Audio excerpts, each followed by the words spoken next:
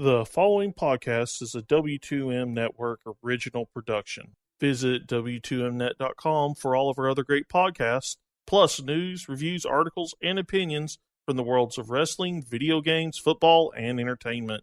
What time is it?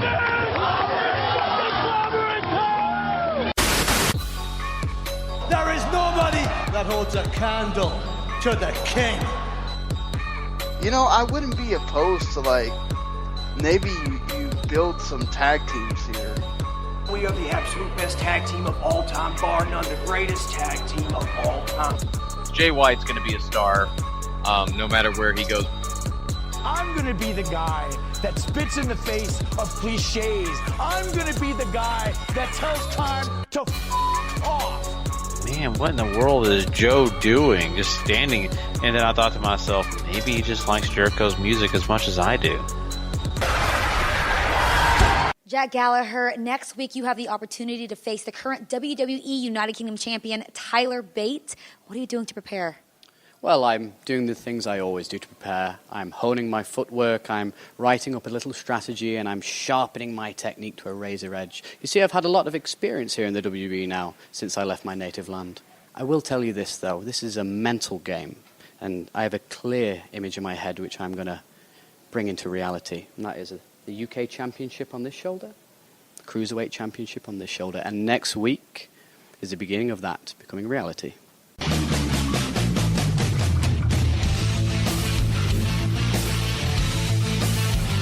Ladies and gentlemen, wrestling to the mat.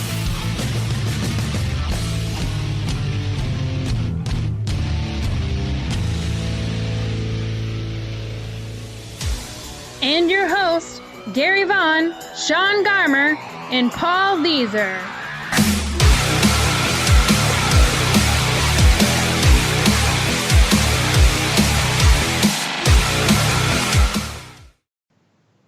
Welcome, everybody, to Wrestling to the Max, episode 244, part 1. And boy, do we have a show for you. That's right, we got lots of quick hits tonight, including some sad discussions of a wrestler who has passed on, and now we have to talk about another one. I know it sucks, but we got to do it. Plus, we're also going to get into Asuka beating a certain streak of a wrestler that has been around for quite a long time now. Also, we're going to be getting into some other movements in the world of wrestling. Trust me, there are plenty of guys shuffling still post-WrestleMania. Oh, wow, I know. It's still going.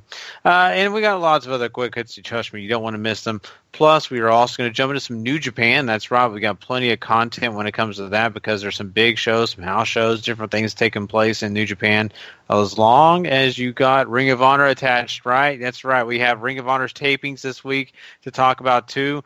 It's really cool because we have the prospect tournament finally being over now. So we've got someone who won the prospect tournament, plus lots of other great stuff when it comes to the Ring of Honor. So you don't want to miss that as well. So guys, I'm really excited about this show. I am your host, Gary Vaughn. Along with me is Mr. Sean Garmer.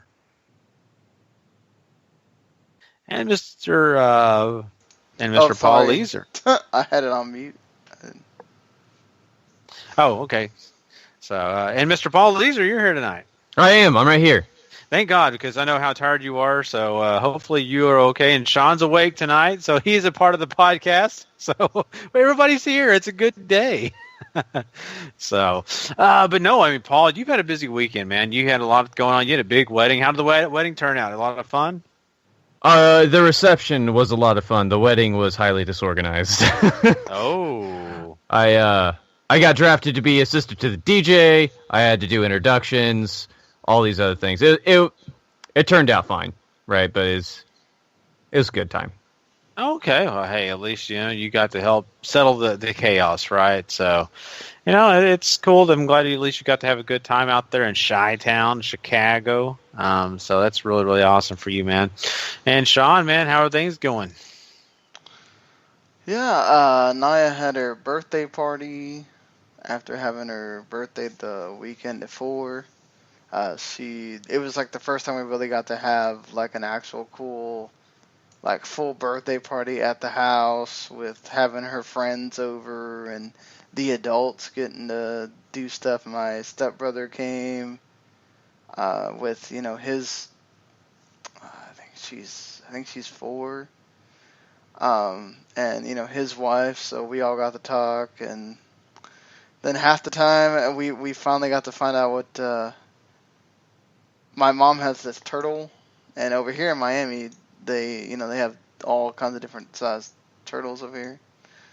And we find out what it actually is, and then we find out that having a turtle is not cheap.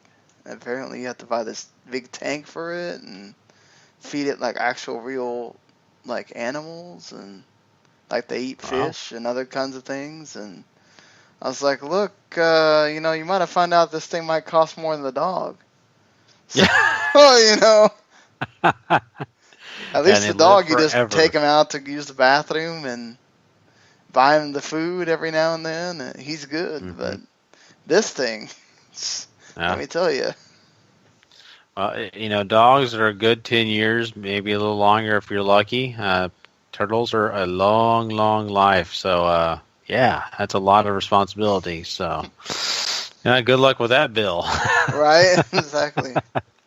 Oh, man. So, I'm glad to hear that things are going good. And I, once again, having another great, time and some good family stuff going on. Both these guys just mentioned a wedding, a birthday. Those are big events. Instead of telling you what happened with my week, I'm going to throw a big plug in. I'm sorry to my co-hosts. They're probably going to hate me for doing this, but I'm going to do it for my wife.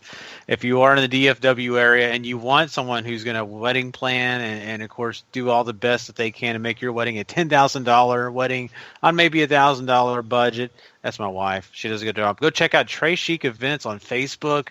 Go like them. That's, and also when you go like the page, say that the Wrestling to the Max brought you there. That helps me out because my wife sees that this is something that actually helps people and stuff.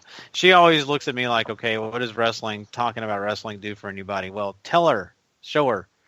So anyway, she will love it more, trust me. She'll fall in love with wrestling if you help me out by liking her page. I do know we're entertaining one person right now that's listening live on Twitter. So. Oh, there you go. So, hey, one person at least. We record this so late. We don't get a lot of live listeners a lot of times anymore. We used to when we recorded the show super early. We used to have quite a bit of live listeners, but now late. We had to turn the phone off because people would call all the time. But, that's the way the world works now when you record so late. People are like, yeah, we're going to sleep. We'll listen to it tomorrow. So the downloads are getting more hits. But thank you to everybody who comes and checks us out and listens to all this. We just want to throw out, what's going on in our personal lives. Let's talk some wrestling, though, guys. We got plenty of it, and these quick hits are full of great material. So let's go ahead. No delays. Let's go talk quick hits. I would say that, it is nice to hear when people enjoy the show too. So a lot of times, as soon as there's something wrong, like when my voice was messed up a couple of weeks ago, I appreciate you telling me because I didn't even know. But would be nice to know sometimes when it's just, hey, the show was awesome. Just letting you know. I know negative draws people in, but just that's usually when people get on their keyboard. But hey, if you want to tell Sean, man, this week you sounded sexy, go ahead and do it. Well, that would be astonishing. But all right.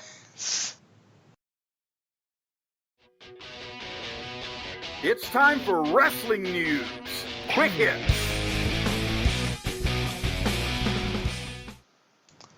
Not all of us can be as lucky as Gary and just ring out those dulcet tones. Ain't that the truth? Oh, man. Anyway, let's talk about something really sad besides me. And hopefully I'm not sad. Let's talk about Rosie. If you don't know Rosie, you remember him. He was a part of 3 Minute Warning back in the day. He passed. Not both of them are passed. I know. It's just Jamal and Rosie were such fun, and now they're both gone. Sadly, he was only 47 years old, passed away due to congestive heart failure, and that's just way too young. I hate to hear this. But, I loved him. I loved watching him with Hurricane Helms. I mean, that was a lot of fun. I mean, this guy was just a great act, even though, it wasn't a long run for him. Yeah, Rosie was great. Superhero in Training with the Hurricane was also real fun. It's just, leaves behind a wife, 3 kids. He's Roman Reigns' brother, which is some of the reason why you won't see Roman Reigns on TV for a little bit. It's just depressing. Yeah, so young, and he already had his brother die. Mm-hmm. Maga, and then you lose him as well. That always it sucks to hear, honestly. It's who would have thought Eric Bischoff outlives both of them? It's crazy to you never know when these things are gonna happen, right? Feel bad. I know. Oh, you know what was so sad is the assholes on social media that decided that because Roman and Rosie are related, let's use the death of somebody to go attack Roman Reigns. Come on, people. This is real life. You can go have your fantasy about what somebody does in fake wrestling some other time. This is reality happening. That's borderline disgusting. I mean, that's just awful. I hate to hear that because, trust me, none of us would want to hear that after one of our family members died, no matter what. But some people argue, you're in the public light, but still, that doesn't mean they're less of a person. So, I hate that. That's not even being a public light or whatever. That's just it's just downright awful. Mm-hmm. Yeah, so, I agree with you. I hate it. I really, really do. Let's talk about something else that could be hopefully in a better light. Let's talk about the fact that Crazy Steve is heading over to NXT. That's right. He is leaving Impact Wrestling in the dust. No more decay for him. Wow, I'm a little bit surprised that WWE was interested in him. Not that he's a bad wrestler, but I just never saw that coming.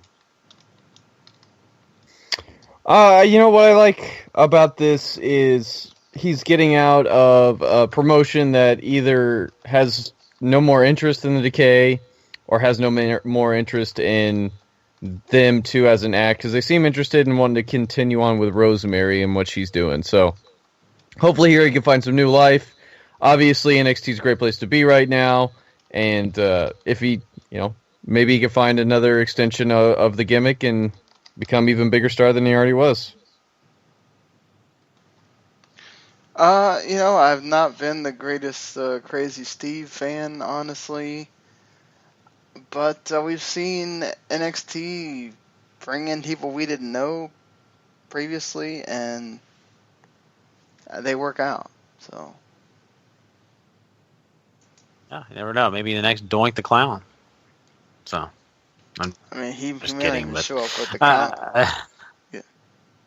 Did he do a gimmick besides the clown before? Crazy person. As far as Impact goes, no, but as far as Independence. Okay. So he's been a crazy person in Independence before. Okay. Mm-hmm. Yeah, Decay turned it up to 12 and then made him creepy. I get you. So I have Patrick wonders if, they should use the Usos and Nia against Roman. If Roman, I thought they've done this before where they made the Usos have their careers be on the line because of Roman or something like that, but telling Roman that, hey, if you don't win, your family loses their job or something in that. I don't see that happening because Nia's... I don't think they even talk about Nia being related to him at all. So, I swear though on Raw they've done the thing with the Usos before where they told them they had to win or something of that manner. When they were all kind of in that feud where they were kind of all together, where they were tagging a lot with each other, but it's a haze right now, honestly. But appreciate that, I guess. Patrick. Not all the. Hey, we come up with ideas here that don't always work. So. Yeah. You never know. I mean, there's all sorts of ways of doing things, and I think you could see something like that. I don't know. It's a really good thought. But yeah, I mean, there's so much going on, when it comes to all these movements and stuff like that. So of these wrestlers and different things going on. I want to mention some more later on, but before we do, I want to mention this, and this is very interesting because we've been talking about this. Has been the saga going on for a long time now. That is the Mauro Ranallo saga, and we have the situation where it is official that he is no longer with WWE, so we can kind of move on from that. But what we do know is that he kind of came out of this saying that really it's not JBL, it's something else. And he didn't really clear that up. He just said it's something else that caused him to leave. And I don't know how true that is. I know we've been hearing lots of settlement talk between him and WWE, so maybe this is part of his settlement, that he clearly says that it's not JBL, so Vince can continue to make love to him. But outside of that, I mean, it's obvious that Vince loves JBL. Otherwise, anybody else that would have caused these kind of problems would have been fired. I mean, let's just be honest. I mean, there's something going on there. I mean, they're probably either close or friends or whatever, but I would wager that there is some sort of non-disclosure thing that he signed, and maybe in lieu of being able to show up on New Japan or some other broadcast around wrestling, if he wants to continue to do that, and with JR leaving New Japan and opening up that slot to go back to WWE at some point in the near future or next year, maybe that's a possibility for Mauro. Yeah, I definitely think that, we saw he's already doing Risen again, and wouldn't be surprised if we do hear about him going back to doing the New Japan on Access shows or whatever, or, if JR decides that he wants to give that up for something a little more permanent in WWE, because we don't even know if he's going to be doing a match on Payback or not. I guess that's one of those we get to find out when you watch if JR does a match, or if he's just going to be doing matches for the big shows or whatever. But it's definitely one of these where he signed something, because how do you have these public disputes between him and Bass Rutten, JBL, the times where Mauro was obviously acknowledging that it's the JBL being one of the problems. Now, obviously, what he's referring to here is that it's not just JBL, and it's not, right? It's a larger systemic problem inside WWE that starts with the head man in WWE, with Vince, and allowing this culture to exist, in promoting this culture, to be honest, okay? He's a guy that does not like to go around letting you know that he sneezed. So you can imagine what he thinks of someone like Mauro, who lets things that JBL says to him, or that Vince is telling JBL to say to him, to get to him, and to bother him, and whatever. And that Vince knew what was going to be said on Bring It to the Table and authorized it, obviously means that Vince wanted to poke fun at him and wanted to let him know where he stood.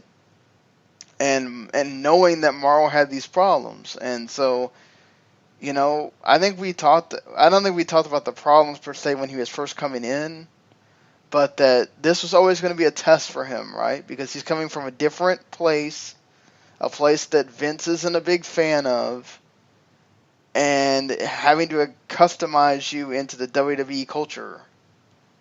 And some guy, let's think about it like this, like Tom Phillips is a guy that kind of is like Michael Cole Jr.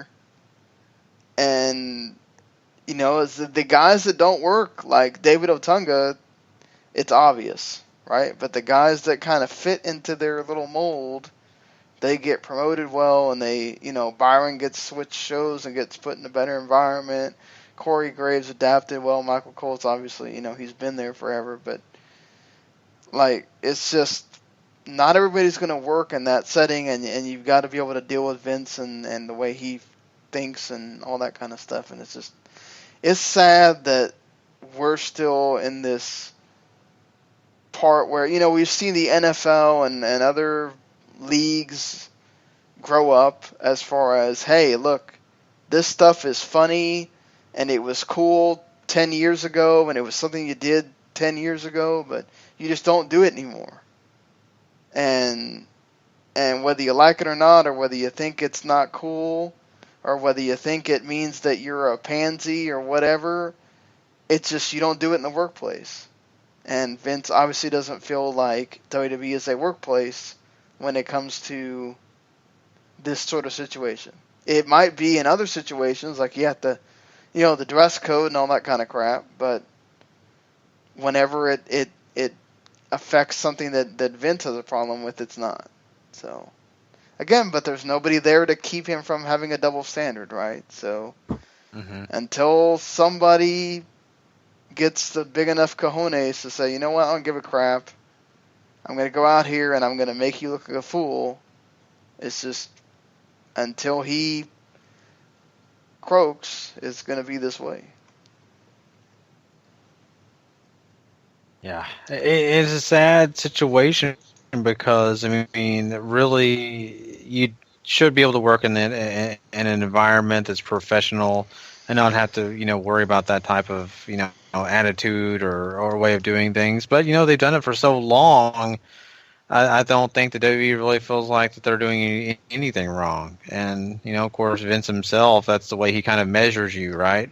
That's his measuring stick. And, it doesn't always work out, especially for the type of society we are now, where it's no longer, toughen up or, lose.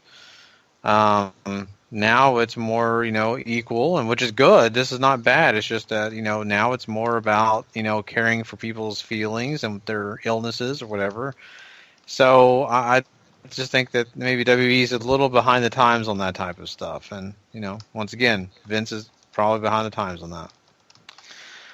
And just to get to Patrick's point that he's making here, the independent contractor thing is actually what allows Vince and WWE to get away with a lot of this stuff. Because they can find legal ways to throw them under the bus and not give them certain rights that you have as employees. If you, like, the office people have better benefits, and as far as benefits, not pay, obviously, but like, they have benefits, they have all these things that if you have a regular job, you get, regular full-time job, you get. These guys don't get that. They have to pay their own insurance. They have to, they have to deal with different rules. Their contracts are different. The whole system of how you can get released or fired is different than, say, somebody in the office where it's more like a regular job and there might be write-ups and that kind of thing. So that's actually what allows them to get away with it, is because of the independent contractor thing. And again, until somebody that's not a retired wrestler challenges that, this is what you're going to get. Very much so. I understand that. And, it's just the way, like I said, they've been doing business for so long, and the independent contractor thing is something they've taken advantage of forever. So nothing new there. Paul, I mean, there's been rumors since this whole situation went down. Of course, now WWE kind of lost one of their announcers, and they were considering some other people. Mike Goldberg has been a guy that's been rumored to come back to WWE, or come to WWE, excuse me. Of course, he's the one who got let go from UFC. Yeah, he's either been away or is about to be away, one of the two, I can't remember. It's interesting to reapproach him now, especially when it feels like you have your two guys that you want in the commentary booth, unless you're going to push Tom Phillips back down to NXT because you like him there for whatever reason. But Mike Goldberg's a great announcer on UFC. I'd be interested to see him try to work wrestling and all the stuff that you have to put up with people talking in your ear, because I very much doubt he gets a bunch of that in what he's used to. Yeah, I mean,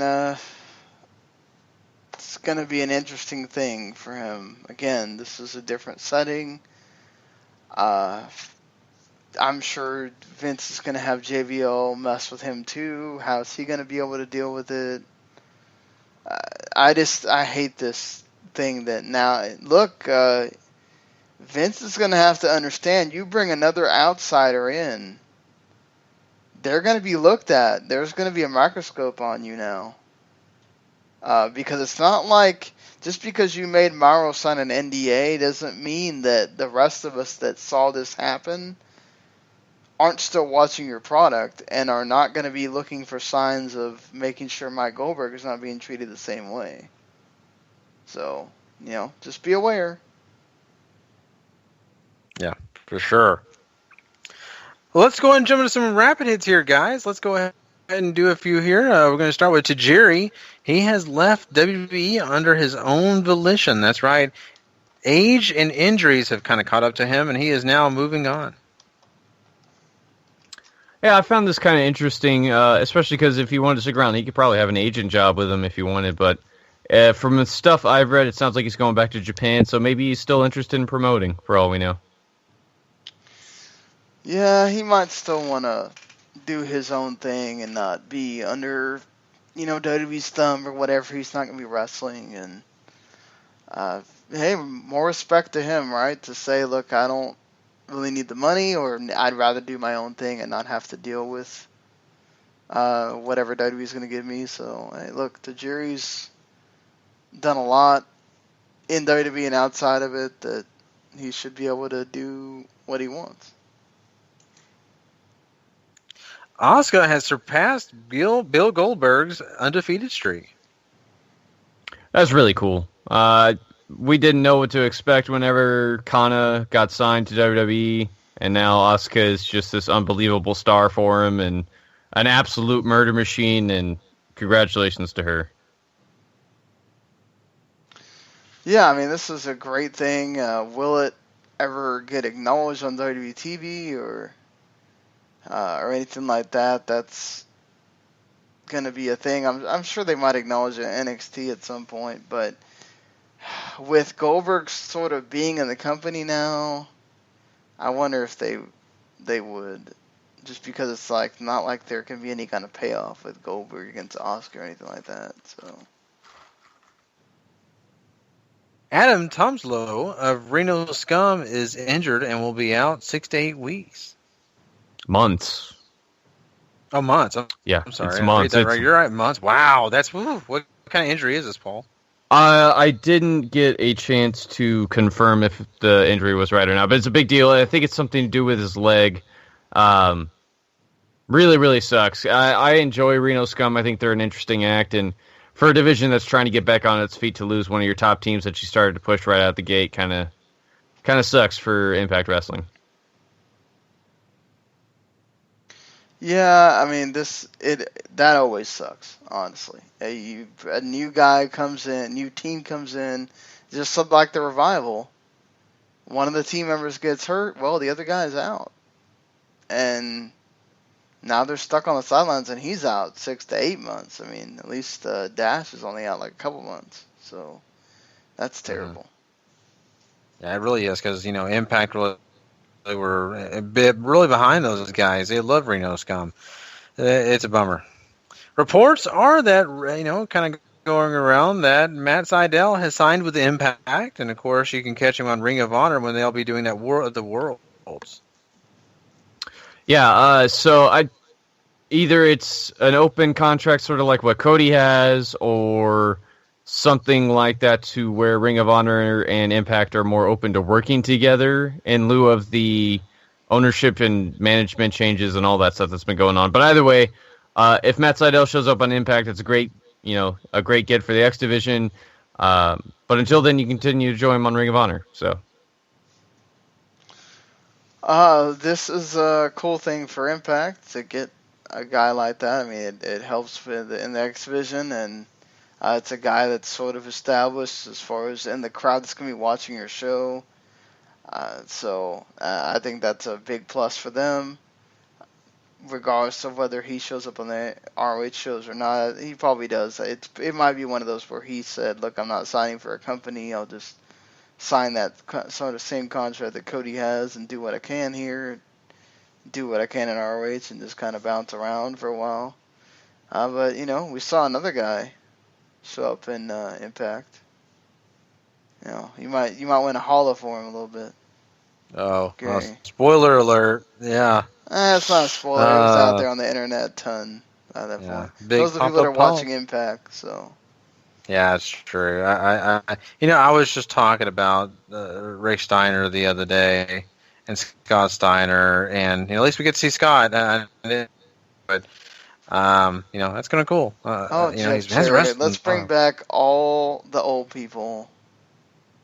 Hold on. How long is it going to take Scott Steiner to talk crap about TNA this time?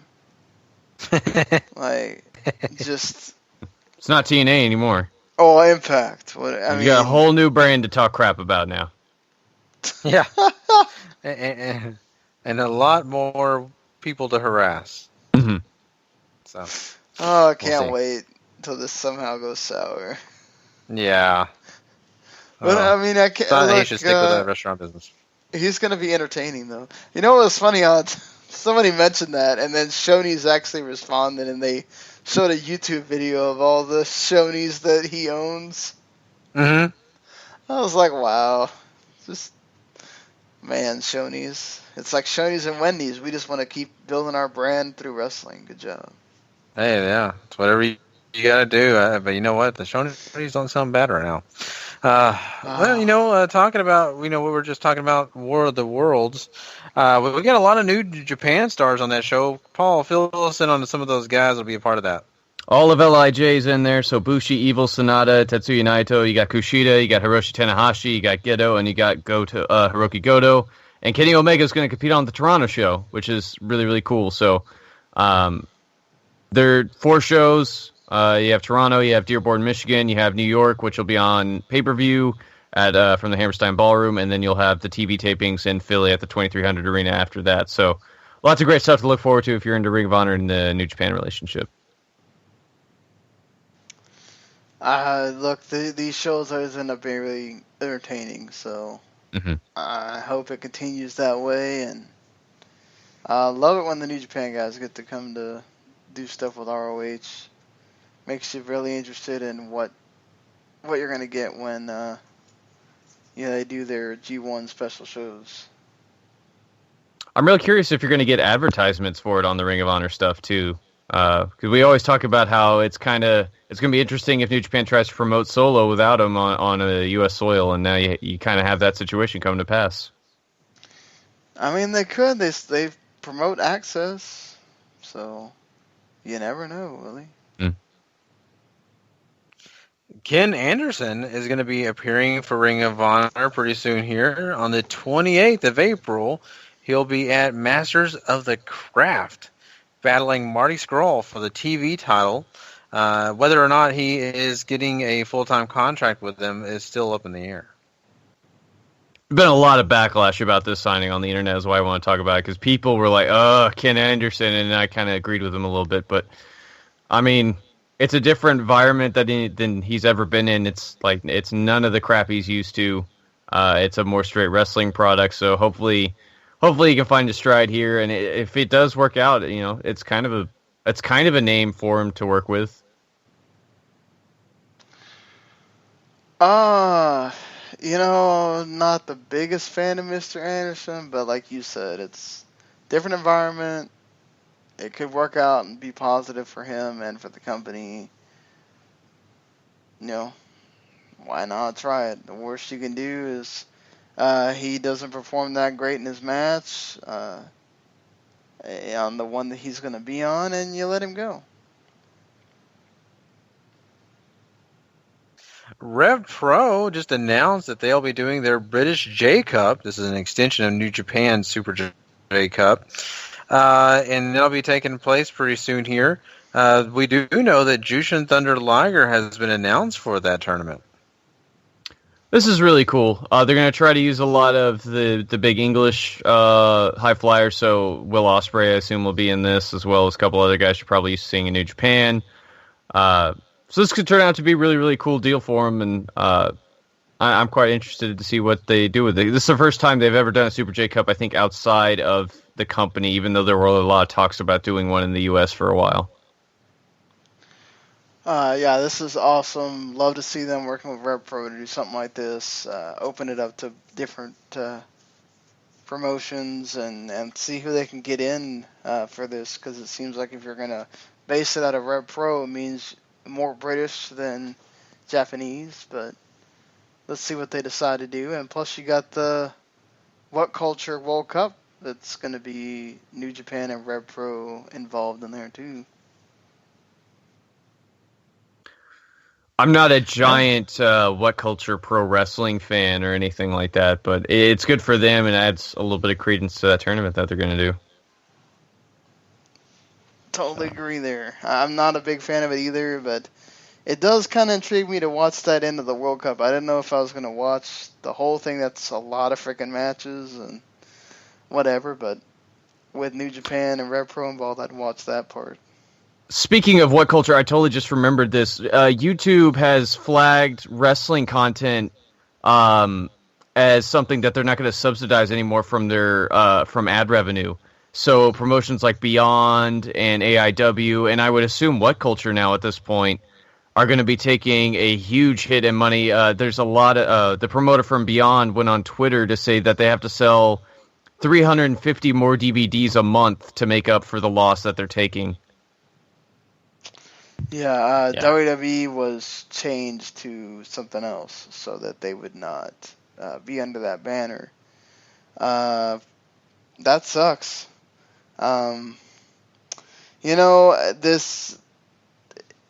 This whole thing with getting things by CPM or how many hits you get or whatever, that's always a costly venture.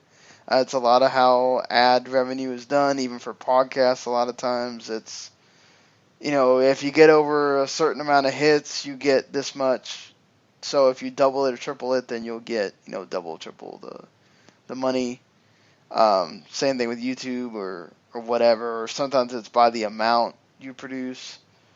So, these smaller indie companies, that's really going to hurt them, like, Paul just mentioned. So that sucks big time for them. And now you got to go back to selling more DVDs, which, are people really buying those? Especially for the smaller companies, you might just buy that. You just might as well go watch that show. You're not going to buy the DVD or whatever. You support them when you can. Now I know that it could be, life and death or whatever. If you don't buy the 250 DVDs, that's just, I'd hate to see a lot more of these indies go under because of something like this. Yeah, for sure. That'd be a terrible thing. And, it's something that kind of makes you wonder, like, who's making this happen when it comes to the YouTube and, why they have it out against wrestling. So yeah, it's just, why does Google hate them? It's not just wrestling. I think it's something else that I can't remember right now that they took off too. There was a bunch of content that advertisers didn't want their stuff to be in front of because it was anything too violent. that has to do with like homosexuality. If you even talk about homosexuality at all, that's one of them. Anything that's super violent, some like gaming stuff, like certain gaming people, they got taken off of that too. So it's just. The thing with YouTube is, I don't know if there's going to be something else that's going to come through that's going to be similar to them, but you do things like this, there could be that person that always tries to find another way, and YouTube starts suffering because of it. But you have to think the online advertising bubble, the way that this sort of thing has been established, at some point it's going to burst and it becomes something else, just like everything. Yeah. Yeah, very true. Very true. All right, guys. Well, that is quick hits for us this week. Of course, we want to thank everybody for listening to this portion, but we've got a lot more content for you tonight. We are going to talk some New Japan next, and don't forget, we're going to talk Ring of Honor right after that. Let's go and do it, though, guys. Let's talk New Japan. Hold on here.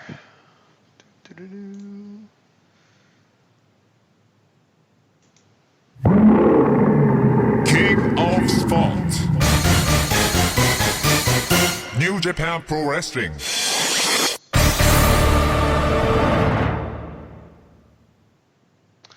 Alright, so there's 3 shows that were all set up sort of in one go, and they separated them out. This kind of happens sort of this time of year, especially with Wrestling Hinokuni and Wrestling Dontaku being close to each other, with Wrestling Dontaku being basically Wrestling Vacation. And Wrestling Hinokuni means something. I don't remember what exactly at this It's moment. escaping my mind, too. But there's also even a house show before this that they're doing a couple of title matches on as well. So, look, we're not going to sit here and run through every single undercard match on every single one of these shows. Just kind of let's talk about the big title matches, and maybe we'll talk about the Dontaku card and in full and whatnot. But the 2 big matches on the Road to Dontaku show, the IWGP Junior Tag Team titles, Kanemaru and Taichi against Roppongi Vice. Roppongi Vice trying to get them back here from Suzuki Gun. Mm-hmm. What do you think happens? There's not a lot going on in the junior tag division right now, which is a little sad. I don't see a reason to move them back to Roppongi Vice, but then again, they absolutely could, just to put them on a team that continually gets cheers and fan interaction and stuff like that, whereas I think Taichi and Kanemaru have just sort of been there, you know? So I'd say, I'm going to go say they move them back to Roppongi Vice here. I kind of would like to see some consistency going on, but like you said, it's not like they have just all these teams just raring to go to face Kanemaru and Taichi. Mm-hmm. At this point, I think you got to move them back just to give it a feeling of, well, we got to have a reason for somebody else to challenge. Mm-hmm. So I agree with you, Roppongi Vice. It is. You do get, of course, the main event for this show is the Never Openweight Championship match.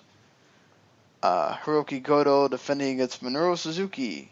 We saw what Suzuki did against Okada, having a match of the year candidate. We know Goto can have some impressive matches. A lot of pressure is going to be on him here to deliver, both guys. I think they can definitely deliver a great match here. I think that Goto would again successfully defend. I don't see a reason to move it off of Goto either here, but then again, I'm curious what kind of match we're going to get, because one, it's a house show, technically, and I don't know if they're going to go full bore on this. But it'd be cool to see Suzuki with some gold. I think he's definitely earned at least a run with something here, and a feud with Goto over the title seems like a smart idea to me if you want to make it go long term. So I'm going to say Goto retains, but I wouldn't have a problem with a title switch here either. Yeah, I mean, you're right about Suzuki needing some gold, or just something that kind of for making this comeback and actually really being motivated and having some great matches here. He could have came back and just kind of coasted, because he's Minoru, but he didn't do that. And I really have enjoyed Goto through this run, though, so I'd love for him to lose it to somebody and I think Sabre Jr. would have been perfect if they wanted to. They didn't do it. But if, Japan kind of does New Japan does their thing their own way sometimes. Goto does, again, have the history of sometimes, being the loser a bit. So if they want to do some kind of longer program, especially with, Shibata, seemingly his career might be over here, they go in a different direction. And Suzuki and Goto is a program for a while. Right. Yeah, I mean, there's a lot of good stuff to be had there, especially if we don't know what's happening with Shibata. I mean, obviously, that's another huge name for him off the list, and maybe Goto finds some success in the light of his fallen friend here, which could make for an actually very interesting story, if you ask me. But there are a lot of other tag matches on this show too that we're not going to talk about. But if you haven't seen Red Shoe's son wrestle yet, he's in the opener on this one. Shoto Umino. Have you? Did you watch Lionsgate at all? I have not been able to yet. Well, if you haven't watched that one, or if you don't care to watch Young Lions or anything like that, and you want to see him interact on the main show, this would be a great opportunity to see him. He's terrifically talented. He has a lot of charisma, and it might just be because he is Red Shoe's son, but he connects pretty easily with the crowd. Yeah, and you do get Yoshitatsu coming back, so that was a short stint in CMLL. For him, he gets to be in the big 10-man against LIJ. So that's, I mean, not that I'm that excited to see him or anything, but. Was it because he was so bad in CMLL, or because New Japan had injuries, or both that he's back? I can't remember. It's probably injuries, I would say. I would say it's injuries too. I mean, it's not like CMLL just has everybody just hits on all cylinders either. So, you know, I can't imagine he was that terrible, but he had some. Just, you know. Apparently, he had some awful matches in there, according to people I've talked to about him. So. Oh boy. Yeah, that's not good. I mean, it's also like a totally different styles, though, too. I mean, it's not always the easiest to go over to a different country and adjust to what they're doing. I just think he never got out of that WWE style. You know, he was in it so long that trying to go back to the Japanese style just it didn't fit with him. And then to go and try to do lucha, that's not going to work on him very well. No, I don't obviously want to spend too much time on talking about Yoshitatsu of all people, but I don't think New Japan brought him back wanting him to be that strong style guy. I think they were looking for somebody with a name and who could blend it together, sort of like what style they're sort of working to now in a way, where you have very charismatic people who can tell stories in the ring very well, even though they don't utilize promos all that much. Like Juice. And that's like Juice, exactly. Well, speaking of Juice, he gets the main event on this show, wrestling Hinokuni. What an awesome moment for Juice Robinson, showing how far he has come. And there's sort of continuing stuff from the previous show. You know, you get Roppongi Vice and Jado going against Kanemaru and Taichi and El Desperado. So that continues on. The Chaos Suzuki Gun going on. You get Taguchi and Yoshitatsu against Sonata and Bushi, so that's continuing on there. But you have 2 title matches and a special singles match as your last 3 matches on this show. The IWGP Junior title is on the line with Hiromu Takahashi against Ricochet. My lord, this could be amazing.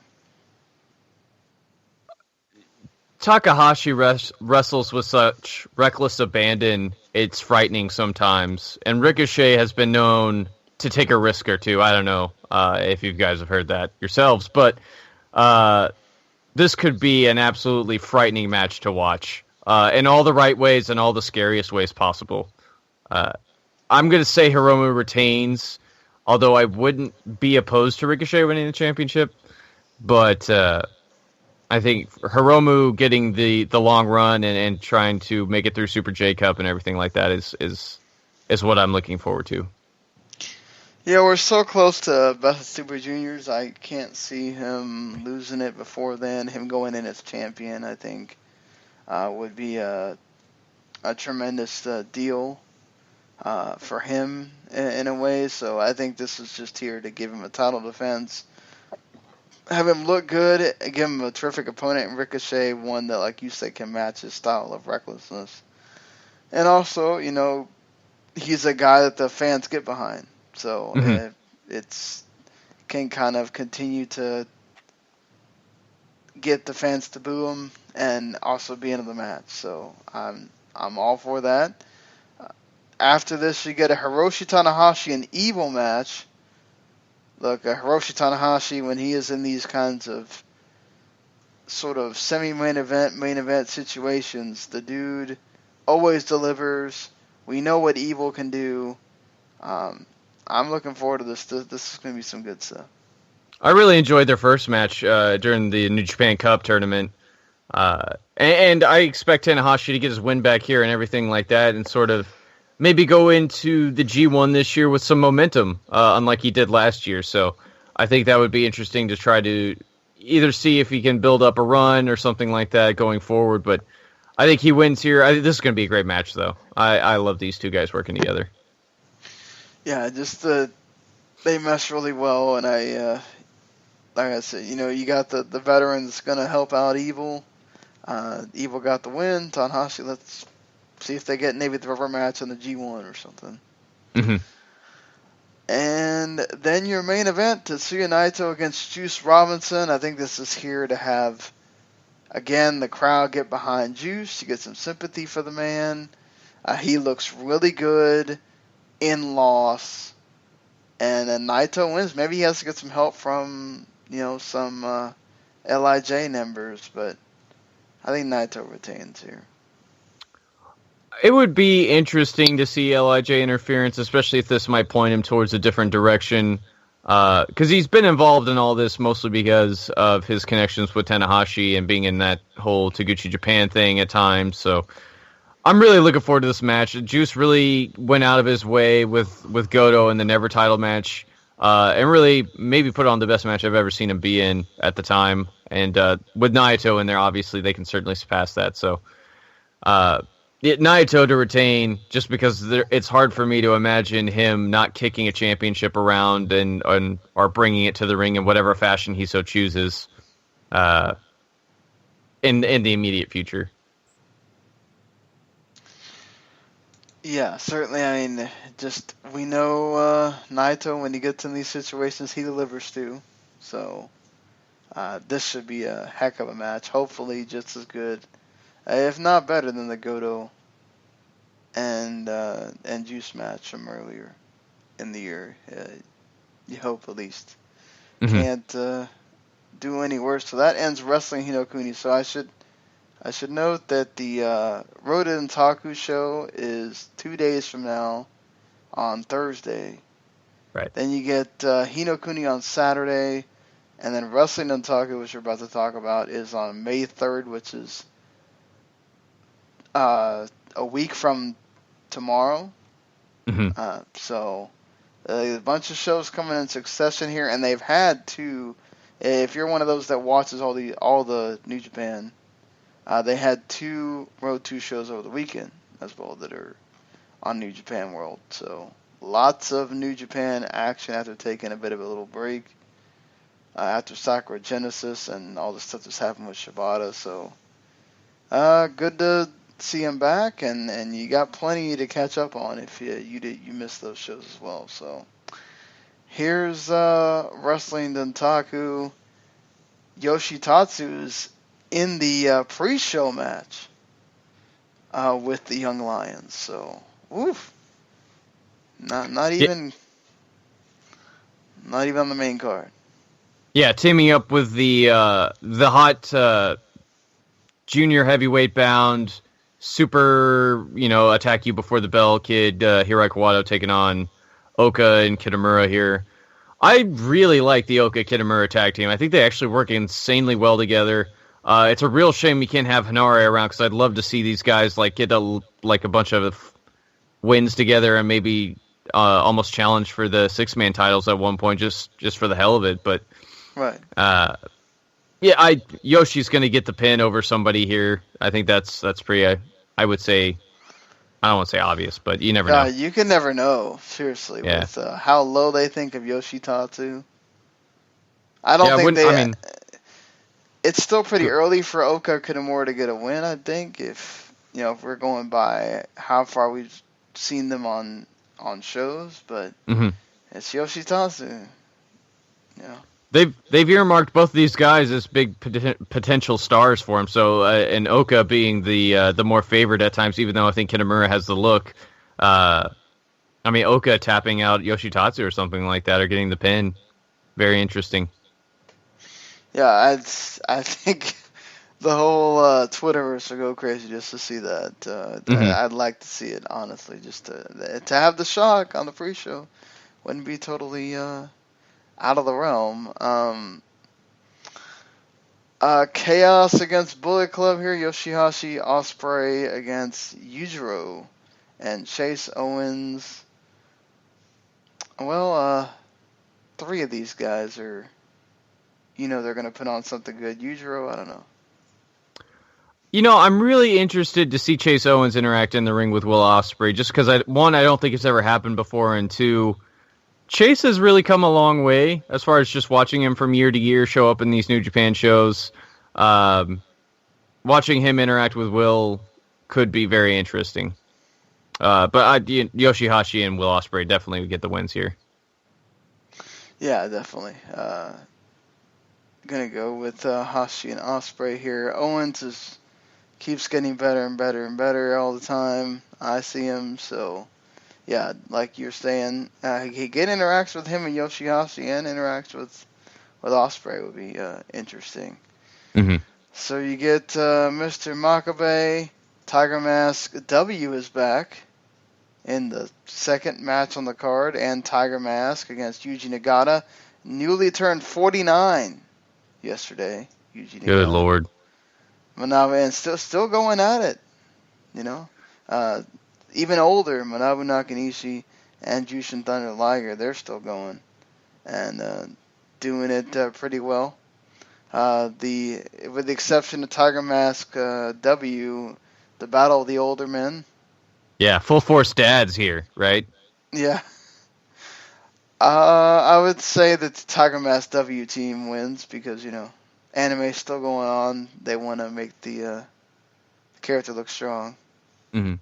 And they protect him so much at times, too. So if he does, if that team happens to lose, he won't be in the fall at all. So I wouldn't be surprised if Tiger Mask W gets the win here, just because I really would not be shocked at all if he ends up in the G1 tournament this year. Which I know we're still a little ways away from announcing blocks for that, but certainly whether the anime is still running or not, I think they have a good bit invested in the character so far, so why not try to keep using it and capitalize on it? But yeah. I mean, it's interesting, obviously, knowing who's under the mask. It's different to do these one-off shows than to be in an entire, G1, and we know how grueling that could be. So, interesting, but without, no Shibata, no Hanma, you're going to have to put guys in. You already know you're getting Cody, obviously, but what's going to happen here? Let's see. He could decide to agree to do it since, they're down bodies, but it's interesting to see if he would go that far. Because it's not like we've seen him working a bunch of house shows, and he's not working the rest of Hinokuni or the other shows. So it'd be interesting too if they just bring him back as Kota Ibushi for the G1, just because they do need a name, True, they could do it. I think at this point, almost everybody knows who it is. Right. But there could be people that, hey, Kota Ibushi, I'm going. Certainly. He draws in the ladies, at least. He does. The ladies love them some Kota. So, somebody else that the ladies love a bit, I'm sure Rocky and Beretta get them some ladies in part of this big Chaos versus Sukigun B team matchup. Goto, Yano, Jado, Rocky Romero, and Beretta against Suzuki Iizuka, Kanemaru Taichi, and Desperado. Jado is on the Chaos team, so... All that means is we're going to have to watch him get beat up for 5 minutes. Yeah. I'd say that probably means the Chaos team loses too. I think this also obviously depends a lot on the championship fluctuations with Goto and Suzuki being here, and as well as the current junior tag champs and Roppongi Vice. I'm going to stick with Suzuki Gun just because I don't know how far they're going to go with this feud, and I don't know if... I mean, there are a lot of nothings here on the Suzuki Gun team is the problem with the stable, is that nobody outside of Suzuki and the Killer Elite Squad really matter. So... I'll stick with that. Suzuki Gun team gets the win here somehow. Totally agree with you. It kind of really hurts it when Killer Elite Squad are not on it, and whether when Zack Saber's not on the show either. Mm-hmm. How much they just look like a common stable with Suzuki there. So, right. You have to wonder. Navy Shelton Benjamin might think about it. Maybe. Who knows? David Finlay taking on Cody. Should be an interesting matchup. I completely agree with you. I think the world of David Finlay. I still love Cody. I know a lot of people don't think he's all that spectacular, but these two could, I think, put on a pretty awesome match. So Cody for sure to get the win, but David Finlay to impress. I really hope David Finlay does get to impress here. He probably will. I'm sure Cody gets the win. I'm one of those who don't think Cody's that spectacular, but, hey, as long as the match is good, that's all that really matters here. And Finlay gets to keep being Finlay and looking good, then I'm fine. Just, Cody needs to start starring in these things because he's going to be in the G1, and people are going to be looking for him to step it up, It's time to, this might be one of those. Yeah, you're fourth from the bottom, but still, let's do what you can with the time you get. Juice Robinson and Kushida against Naito and Takahashi to kind of end the two matches from the previous night. I would think that LIJ gets the win here to kind of put that out of its misery, sort of deal. There's obviously a lot still tied up in Kushida and Hiromu at some point. Hiromu obviously just dealt Kushida a humiliating blow with the match that they just had at Sakura Genesis. Hiromu's riding high, Kushida's riding low going into the Best of Super Junior. I don't think they're going to change their tune on that, so I would think Kushida might even get pinned by Takahashi again here just to sort of put that final nail in the bed, Yeah, exactly. That makes a lot of sense. And then kind of give him this, let's see what happens with him going into Best of Super Juniors, what kind of run he gets, We saw Taguchi get a big run last year. Does Kushida get the big run and win and get the challenge? Mm-hmm. So then we get into the 3 title matches and another special single match. The IWGP Tag Team title, the former heavyweight titles in a 3-way match. So this is the third time in various shows that they've had the 3-way match for the tag titles. They've done it a lot this year. Wrestle Kingdom, and then the back-to-back couple. I don't even think it's been 2 months yet. Yeah, the New Beginning shows, they did it too. Mm-hmm. So you get the War Machine, obviously the new champions, Tenkozy and Guerrillas of Destiny. That's sort of your heavyweight tag team division right now. That is the division right now. So it's kind of interesting they're going with this. I have to think they're going to bring in, with the injuries now, I wonder, too, if this is going to get shuffled in the future, because Elgin and some of the other guys that they sort of, the other Gajins, have been left off of tours recently just because they have so much other talent that they're trying to work with right now, and so maybe bringing Elgin back and stuff like that is a possibility as far as trying to fill holes, too. But specifically to talk about this, I want to see War Machine get a long run. They're a great team. I'd love to see him at least hold it until Lance Archer is good enough to come back and we get that Big Killer Elite Squad feud, at least in New Japan. that we've seen in Ring of Honor before. So I'm going to say War Machine retains. I agree with you. I really want to see War Machine get some kind of a run here with the titles. They proved against Tenkozy have terrific matches. Mm-hmm. Look, if Guerrillas of Destiny's the next challengers, I don't know if you got great things to look forward to, but it's good nonetheless. And let's see if they, like you said, bring anybody in to add a couple more teams or whatnot. God, if things keep going this way, I'm scared to know what's going to happen for the tag tournament later in the year. Oh, December could be some rough going. Oof.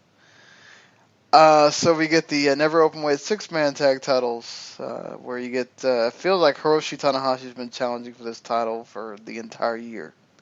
Hiroshi Tanahashi, Ryusuke Taguchi, and Ricochet against Sonata, Evil, and Bushi. Well, do Sonata and Evil and Bushi win for like the third time? It would be the third time. Why not? Because there's not really... These titles don't mean jack. They really don't. They're just fun excuses to have 6-mans. Let them go out there and do some fun stuff. So, I think it'd be Sonata, Evil, and Bushi are also challenging for the Ring of Honor 6-man tag team titles come War of the Worlds. So I'd be totally down for them coming in with those belts too. That is a thing that they love to do, mm-hmm. is have guys come in with belts. And then possibly even win more belts by the time the show is over. So I would definitely say that Sonata, Evil, and Bushi winning here. I'm going to go with that. We get a rematch of the New Japan Cup match that was tremendous between Ishii and Kenny Omega. Oh. I'd imagine Kenny Omega gets his win back here. I would imagine so too, although I would love to see Ishii win here and maybe be the next one to step up to Okada and be like, hey bro, I've beaten you, I beat Kenny twice and he took you to 6 stars. Can I have my shot now? I really want to see... Can Ishii please have a world title match? Yeah, for God's sakes, he does. He needs it. You know it's going to be great. Like, why not do it? Especially, look, you lost Shibata. Mm-hmm. You gotta, Ishii and it doesn't have to be a feud, but imagine an Ishii Okada feud would be amazing. Yeah, but you're right. I mean, the setup would be perfect. Like, it's like, look, you still owe me from beating you, and I've beaten Kenny Omega twice. I mean, I don't know how much more you want me to do, but I want my title shot now. You kind of got to give it to me, like, one way or the other here. Don't know if they would tease any kind of dissension between Chaos Fighter, but that would sort of be another interesting story you could tell. Get it beyond the ring, too. But yeah, I mean, I'm really hoping if they can equal anything compared to the New Japan match, or New Japan Cup match, we're in for an absolute, like, stop what you're doing and make sure you're watching this match. Right. Sadly, we have to deal with Okada and Fale again. For the heavyweight title. It's your main event of this show. Now, look, Okada's been one of the best at being able to get great things out of Fale, but it's still kind of like one of those, well, we're either going to get a new challenger out of this whole mess, the big story is going to get revealed of what they have in plans for Okada after this, or, just another, could Kenny Omega challenge again or anything like that? So, realistically, I think that's the plan here, right? Omega beats Ishii, Fale, and the way that this story has been told with the title reign with Okada right now, where he's sort of having to go through and do anything he can just to keep the championship. We'll see again here in his match against Fale, and Fale will sort of reveal, or Omega will reveal, that Fale was the advanced party coming to soften Okada up some more before Omega comes in to beat the crap out of him.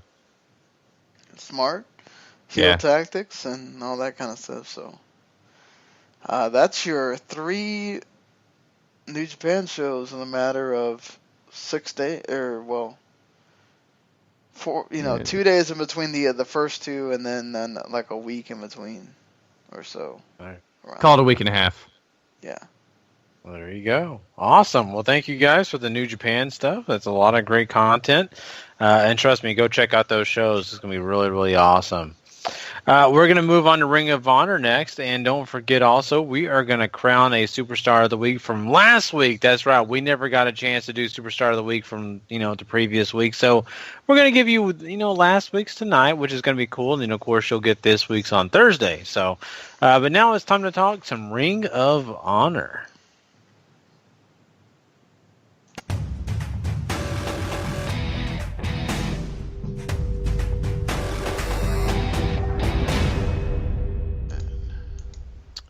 So we open the show, Supercard of Honor 11 hype video package. Go watch it if you haven't already, guys. It's an awesome show. Then we open with Daniels cutting a promo. It talks about his title defense at Supercard, and the challengers are starting to mount up and line up for him. He's got Matt Taven and Dearborn during the War of the Worlds tour. He's got the winner of the 4-way that's going to take place next week between Adam Page, Jay Lethal, Silas Young, and Jay White. And Cody also seems in line after his attack on Christopher Daniels from Supercard of Honor. So this brings Cody out, who says he wants to be the champion, but he doesn't want to fight in Baltimore. It's a nothing city for him. So he wants to do it on the bright lights and the big stage of Hammerstein Ballroom in New York City. Daniels is like, dude, I'm already facing... I have a title match there, and I'm facing the winner of the 4-way there. So you're going to have to wait. And Cody's like, well, I don't really wait around. I make my own shots, and sort of posits the question about, what would happen, Daniels, if a mainstay like you, somebody who has been such a large part of Ring of Honor history, falls to a guy who only works here part-time, and then sort of leaves him with that. Interesting promo. It's fine work. Obviously, we're setting up for a lot of stuff here, but I'm interested. I'd love to see Christopher Daniels and Cody go one-on-one personally. Yeah, I think it'll be fine. I'm actually kind of thinking to myself that it could be a special match. For with this promo, I do appreciate the fact that we get set up for future shows. Christopher Daniels is laying it out, kind of giving you an understanding of what he's doing and that he's defending this title. He's not hiding. He's not running. So that's kind of a neat thing. And then you get this intrigue with Cody giving you that thought process and really honestly putting that doubt in your mind that, man, Daniels could walk away without the title, and a part-timer for Ring of Honor could be the guy to have it next. Yeah, and I, what a fun parallel to draw between Ring of Honor and WWE, where if you have a part-timer walking around with a championship, like, I can only imagine the internet blowing up hard. Yeah. Exactly. I'm right there with you. We get a Marty Scurll video package after that, and then Kazarian gets to cut a promo as his title shot with Marty takes place this evening.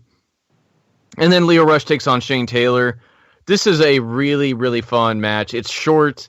I don't think you get to see everything, obviously, that you could have, and with Lio not being a part of Ring of Honor anymore, it's sad that we might not get to see this match ever again. As far as easily consumable areas like Ring of Honor. But Shane Taylor does win here. Caprice gets in his ringside shenanigans, and that sort of ends up costing Lio in the end. And then the Motor City Machine Guns come out after Shane has picked up the victory and attacks both Caprice and... they check on Lio, and then Taylor and Caprice attack them.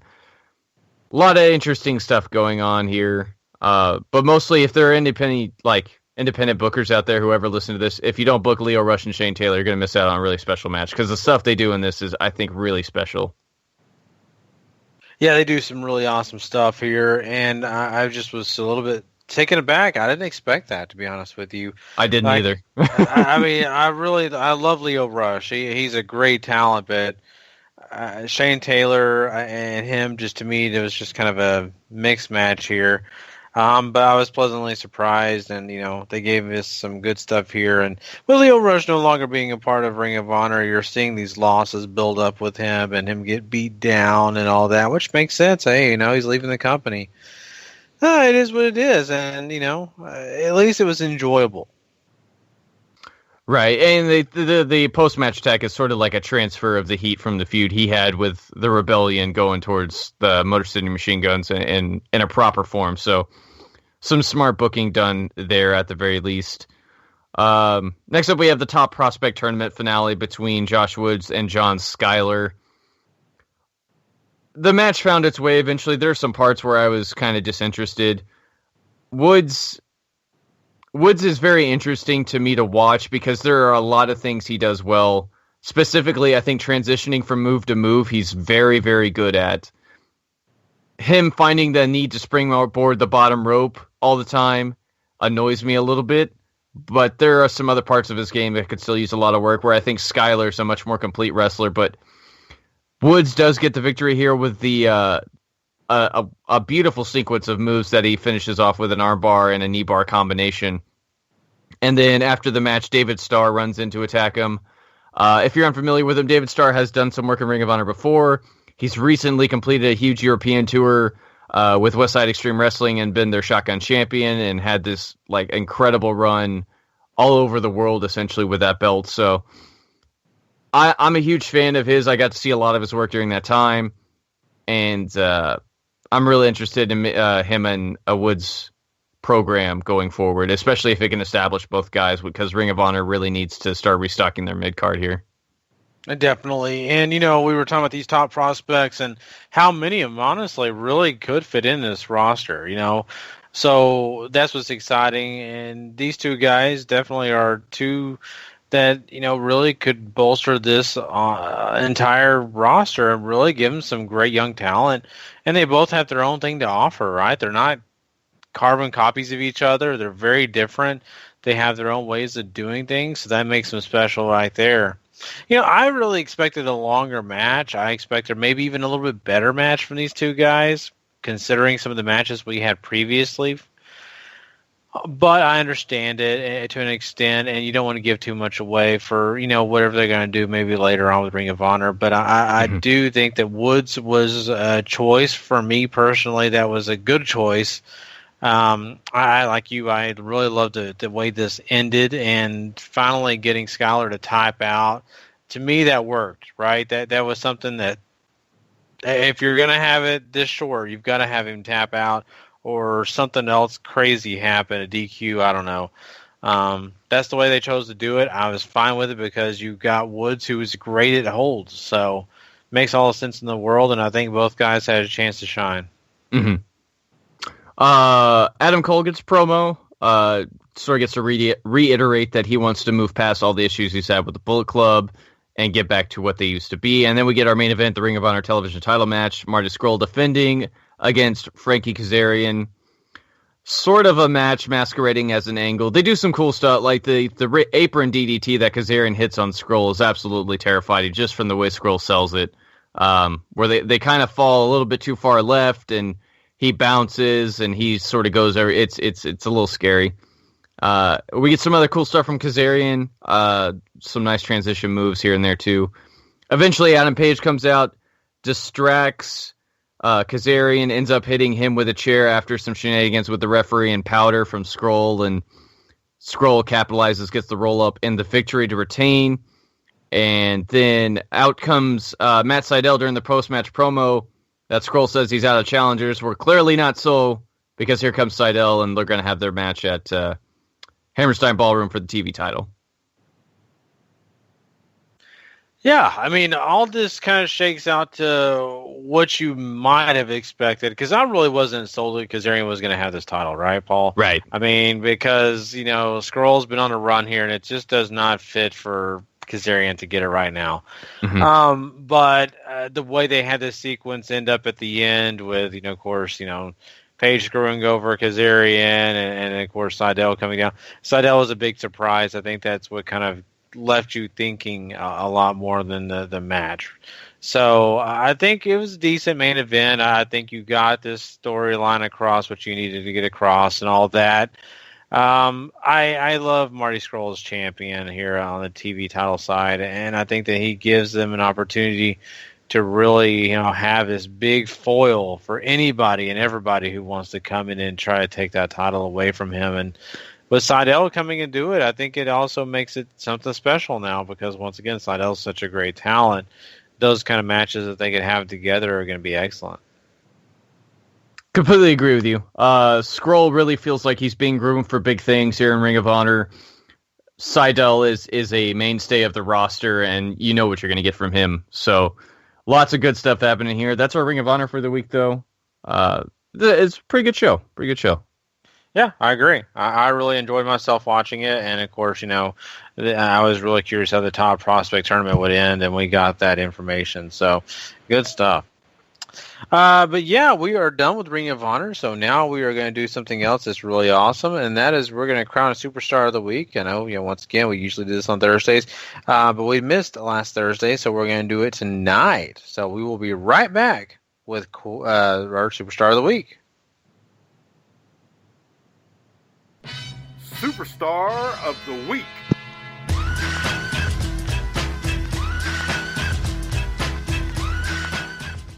Alrighty.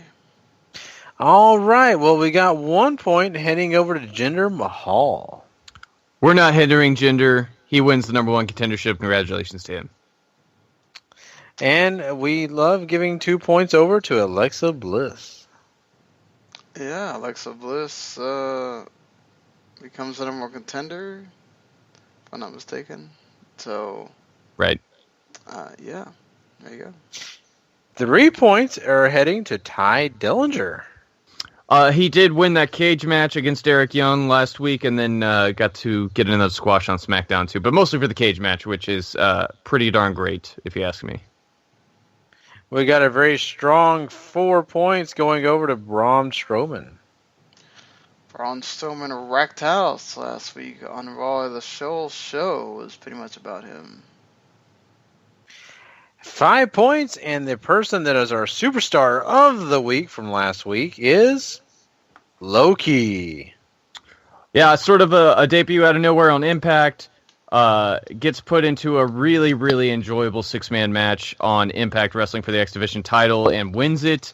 It ends up debuting along with another great person who's been making some waves in Desmond Xavier, and X Division has become a bit interesting, especially with all the talk of Seidel being signed too. So, yeah, definitely, I agree with that wholeheartedly. So there you go, Low-Key. Congratulations, you are our Superstar for last week. Well, guys, that is our show. We've had a lot of fun, a lot of great content to get into. Don't forget, we have more coming your way this Thursday. Of course, that'll be available Friday morning on the download for you guys. We'll have part 2 of our show. We, once again, want to thank everybody for checking us out tonight. I look forward to seeing you guys on Thursday for more great content. Hey, and if you want to find out everything that we have to offer, like our review shows like Raw, SmackDown Live, 205 Live, and NXT, make sure you go subscribe to Wrestling to the Max on iTunes.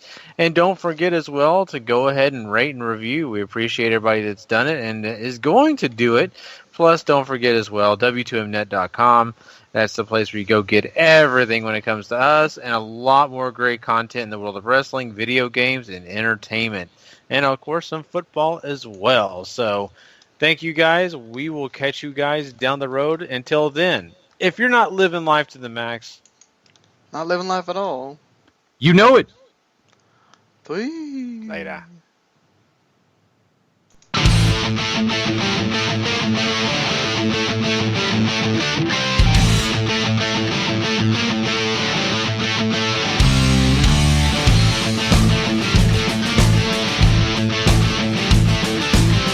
The following podcast is a W2M Network original production. Visit W2Mnet.com for all of our other great podcasts, plus news, reviews, articles, and opinions from the worlds of wrestling, video games, football, and entertainment.